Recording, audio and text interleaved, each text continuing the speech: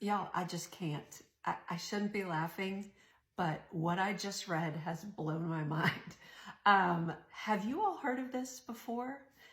This is the 2024 Festivus report.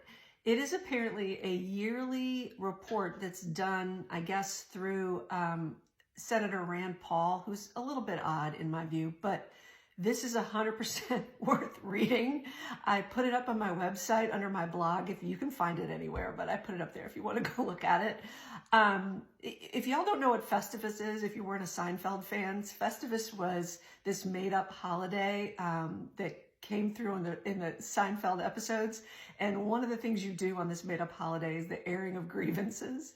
And so Rand Paul has apparently been doing this, calling out different wasteful spending that the government does. So it is 100%, it's super easy to look at. It is 100% worth reviewing. For me, if you've been following me before, you know, we've been looking at issues of wasteful spending in Fulton County. The way the Fulton County Jail is just horrible. People have been unalived, eaten by bed bugs.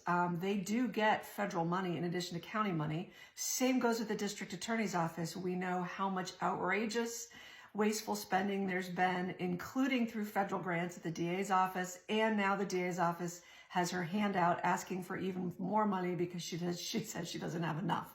So let's just turn the spotlight for a minute onto the federal government. Y'all are not going to believe what I'm about to read to you. So let's start with this one. This is where the Defense Department spent $10 million on experiments that were basically torturing cats, including electrocuting them to force them to poop out marbles. Here it is on page 31 if you want to read more of it. Another interesting one, and you can say what you want about how important it is to help the global economy. The Department of Agriculture spent $20 million for advanced fertilizer use in Pakistan, Vietnam, Colombia, and Brazil. That's $20 million that we as taxpayers are footing the bill on when we know how much American farmers are suffering. So yeah, $20 million on manure in other countries.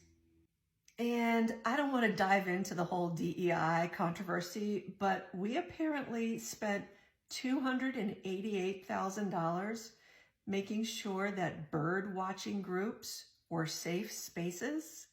No, really, we did. Then there's the smaller price tag items like the $40,000 grant that the National Endowment of the Arts gave for a 16-foot tall pigeon sculpture that's going to be placed in New York City. Yes, $40,000 is a mere drop in the bucket in the federal budget, and certainly there are arguments to be made about the value in funding the arts.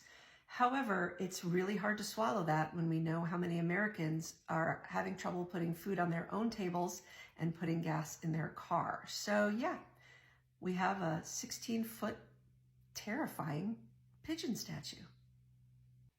And lastly, we gave a single trucking company, Yellow Trucking, $700 million in bailout loans. And in August 6th of 2024, they apparently filed for Chapter 11. And so they don't pay their $700 million loan back to the U.S. We as taxpayers just have to eat that. So yeah, that's terrifying. So that's just some of them. You can go and read the rest of them. They're shocking and hilarious at the same time. Don't come at me and tell me that this is your pet project and this is why it's so great and deserves funding, or that you carry a blue flag or you carry a red flag and it's the other political party's fault that all this is happening. I don't want to hear about it. It's, in my view, it's everybody's fault. We see it in Fulton County. I've talked about it a lot. I'm sure wherever you live, there's just as equal amount of outrageous, wasteful spending. While I was looking at those, I was thinking about all the untested RAPE kits that we know are sitting in Fulton County. Sure would like to see more funding for that and maybe a little less funding to make people feel warm and fuzzy in their bird watching group. So yeah, that's just my 2 cents on it. Let me know your thoughts.